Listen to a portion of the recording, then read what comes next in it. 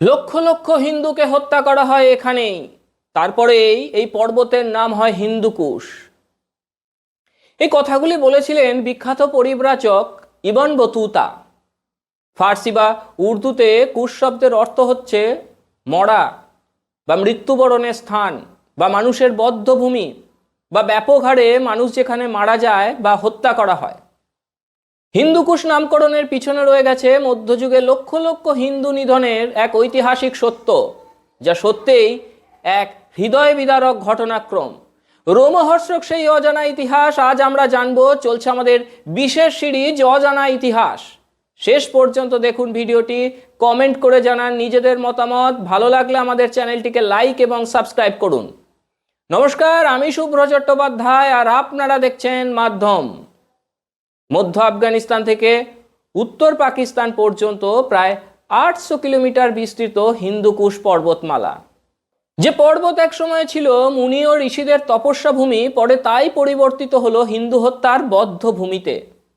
অষ্টম শতাব্দীর প্রারম্ভ থেকে পঞ্চদশ শতাব্দীতে বাবরের ভারত আক্রমণ পর্যন্ত এবং পরবর্তীতে নাদির শাহের ভারত আক্রমণের এক দীর্ঘ হিন্দু হত্যাযজ্ঞের করুণ ইতিহাস হিন্দুকুশ পর্বতমালার সাথে জড়িত। প্রাচীনকাল থেকেই বারংবার নাম পরিবর্তন হয়ে বর্তমানে এর নাম হয়েছে হিন্দুকুশ পর্বত। এর পূর্বের নামগুলো আমরা জানব। একসময় এই পর্বতমালা ঋষিদের তপস্যার মূল কেন্দ্র ছিল। বিদেশ থেকে অনেক পড়ুয়া এবং দার্শনিক মুনি ঋষিদের কাছ থেকে জ্ঞান অর্জনের জন্য এখানে আসতেন। এই পর্বতমালার মাঝে কিছু গিরিপথও রয়েছে, যা চীন, কাজাকিস্তান, মঙ্গোলিয়া, রাশিয়া সহ মধ্যপ্রাচ্যের দেশগুলির সংযোগ স্থাপন করে। আর এই পথই পরবর্তীকালে ভারতের কাছে অভিশাপ হয়ে দাঁড়িয়েছিল, যার পরিণাম আমাদের চোখের সামনে। হিন্দুকুশ আজ যাকে আমরা আফগানিস্তান, পাকিস্তান ও কাশ্মীরের দুর্গম একটা পর্বত হিসেবে জানি, একসময় এই অঞ্চলে ছিল ভারতের উত্তর পশ্চিম সভ্যতার দ্বার। এখানেই ছিল বৈদিক সংস্কৃতি, শৈব ও শাক্ততীর্থ, প্রাচীন বিশ্ববিদ্যালয়, কবি দার্শনিকদের আবাস। আপনাদের জানিয়ে রাখি, হিন্দুকুশ ছিল ভারতের প্রাচীন উত্তরাপথ। এই পথ ধরে ভারত থেকে গান্ধার, বামিয়ান, তক্ষশিলা এবং মধ্য এশিয়ায় যাত্রা করা হতো। হিন্দুকুশ অঞ্চলের সবচেয়ে প্রাচীন শিক্ষাকেন্দ্র ছিল সারদা পীঠ। সারদা দেবী মানে মা সরস্বতী। এটি হলো বিখ্যাত সারদা লিপির জন্মস্থান, আবার শৈব দর্শনের প্রধান কেন্দ্রও বটে। এখানেই অনুষ্ঠিত হতো মধ্য এশিয়ার পণ্ডিতদের সম্মেলন। আদি শঙ্করাচার্য এখানে আসতেন। সারদা পীঠ নিয়ে আমরা পরবর্তী এপিসোডে আলোচনা করব, আপনারা দেখতে থাকুন মাধ্যম। সারদা পীঠ ছাড়াও হিন্দুকুশ অঞ্চলে ছড়িয়ে ছিল বহু হিন্দু ও বৌদ্ধ কেন্দ্র। গান্ধার মন্দির, বামিয়ানের শৈব বৈদিক গুহা, কাম্বোজের অগ্নিপূজা কেন্দ্র, দারদের শৈব সমাজ, এসবই। কিন্তু সময়ের সঙ্গে সঙ্গে এগুলো বিলুপ্ত হয়ে যায়। কাম্বোজ নামটি মহাভারতে বারবার উল্লেখ রয়েছে। আলেকজান্ডার এই এলাকা দখল করার পর ইউনানি ভাষায় এই পর্বতমালার নাম দেন ককেসাস ইন্দোকাস। এগুলি ছাড়াও আরও কয়েকটি নাম জানা যায়। অনেকে এই পর্বতের নাম শ্রী রামের পুত্র কুশের সাথে জুড়ে দেখাতে চান, কারণ কুশ দীর্ঘদিন ধরে এই পর্বতের গুহায় তপস্যা করেছিলেন। তবে কুশের নামের সাথে এই পর্বতের নাম যুক্ত হলে নিশ্চয়ই হিন্দু শব্দ যোগ হতো না, শুধুমাত্র কুশ পর্বত নামই হতো, কারণ হিন্দু শব্দ তখন ছিল না। মধ্যযুগে ইসলামিক আক্রমণের পর থেকে এই পর্বতের প্রাচীন নাম পরিবর্তিত হয়ে প্রচলিত নাম হয়ে যায় হিন্দুকুশ পর্বত। মধ্যযুগে বিদেশি ইসলামিক আক্রমণের ইতিহাস পর্যালোচনা করলে দেখা যায়, খ্রিস্টীয় অষ্টম শতাব্দীর শুরু থেকে পঞ্চম শতাব্দীতে দীর্ঘ 800 বছর ধরে বিভিন্ন সময়ে ভারতের উপর বিদেশি ইসলামিক আক্রমণ হয়েছে এবং ভারতীয় রাজাদের অনৈক্য এবং ন্যায় সমন্বিত যুদ্ধনীতির কারণে মুসলিম আক্রমণকারীরা বারবার ভারতীয় রাজাদের পরাজিত করে ভারতে গণহত্যা চালায়। ফিরে যাওয়ার সময় এই ইসলামিক আক্রমণকারীরা লক্ষ লক্ষ নারী পুরুষকে বন্দি করে নিয়ে যেত এবং মহিলাদের যৌনদাসী ও পুরুষদের দাস বানিয়ে মধ্যপ্রাচ্যের দাস মন্ডিগুলোতে বিক্রি করা হতো।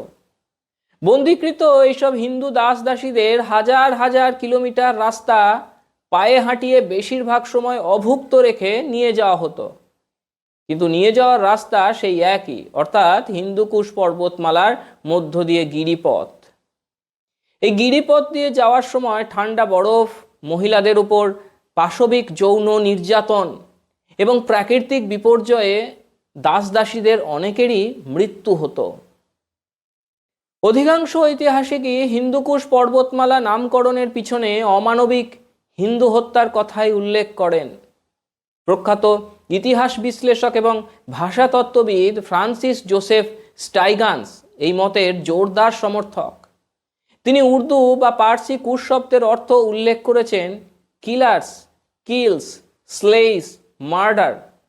নক্স বারবারা তিনি উল্লেখ করেন Hindu Kush means killer of Hindus. Many Hindus have died trying to cross this mountains. 1333 খ্রিস্টাব্দে ইবন বতুতা লেখেন হিন্দুকুশ মানে হিন্দুদের মৃত্যুবরণের স্থান। প্রসঙ্গত ইবন বতুতা ছিলেন ত্রয়োদশ শতাব্দীর মরক্কোর একজন বিখ্যাত মুসলিম পর্যটক, চিন্তাবিদ এবং পণ্ডিত। তিনি 1325 সাল থেকে প্রায় 30 বছর ধরে আফ্রিকা, এশিয়া এবং ইউরোপের বিভিন্ন অংশ সফর করেছিলেন এবং তার ভ্রমণ অভিজ্ঞতাগুলো রিহলাহ নামক বিখ্যাত ভ্রমণ কাহিনীতে লিপিবদ্ধ করেন। এই ভ্রমণ কাহিনীতে তিনি তার ভ্রমণ করা প্রায় 1,20,000 কিলোমিটার পথের বর্ণনা দিয়েছেন। হিন্দুকুশ পর্বতমালা সম্পর্কে তার এই মত সবচেয়ে গ্রহণযোগ্য হিসেবে ধরা হয়। ইতিহাসের পর্যালোচনা করলে দেখা যায় 712 খ্রিস্টাব্দে মোহাম্মদ বিন কাসিম সিন্ধু প্রদেশ এবং আফগানিস্তান থেকে হাজার হাজার হিন্দু নরনারীকে বন্দি করে নিয়ে যায়। পরবর্তীকালে সুলতান মাহমুদ বেশ কয়েকবার এই কাজ করে। এরপর মোহাম্মদ ঘড়ি তিনিও এই কাজ করেন।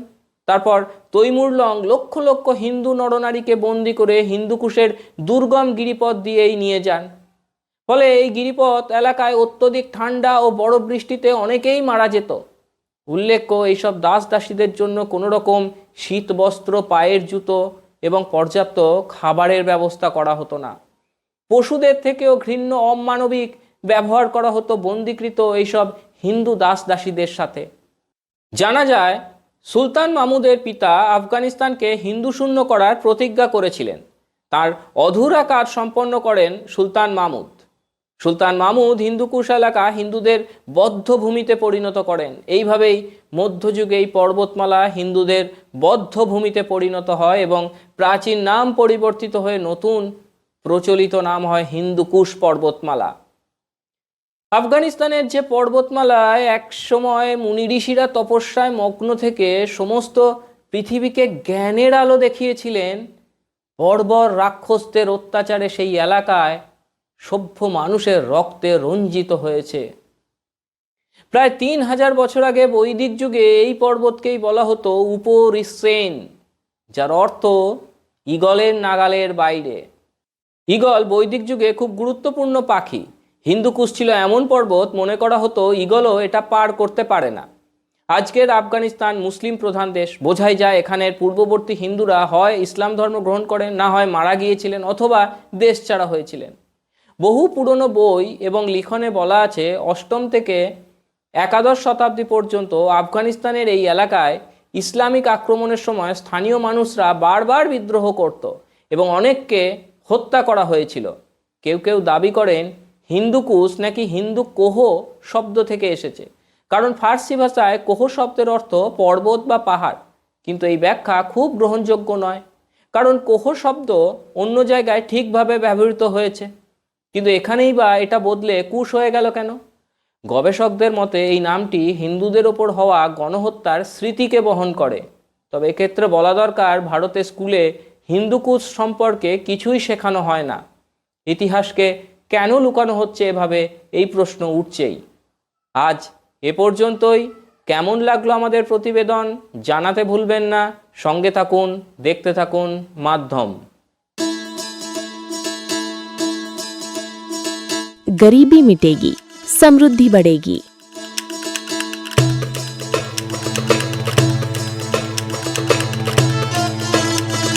यही संकल्प है प्रधानमंत्री नरेंद्र मोदी जी और मुख्यमंत्री मोहन यादव का। गरीब कल्याण मिशन से मध्य प्रदेश ने उठाया है ऐतिहासिक कदम।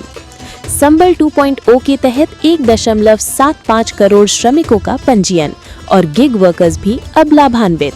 हजारों श्रमिक परिवारों को 224 करोड़ का भुगतान। 39 लाख लोगों को मिला भू अधिकार पत्र, देश में प्रथम स्थान। 8 लाख छोटे व्यापारियों को मिला ऋण सहयोग। 56 लाख पेंशनधारियों को हर माह 4000 करोड़ से अधिक राशि और 45 लाख परिवारों को मिला पक्का घर।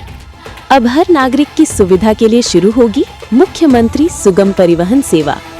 प्रधानमंत्री मोदी जी और मुख्यमंत्री मोहन यादव के नेतृत्व में मध्य प्रदेश तेजी से बढ़ रहा है गरीबी मुक्त और आत्मनिर्भर भविष्य की ओर।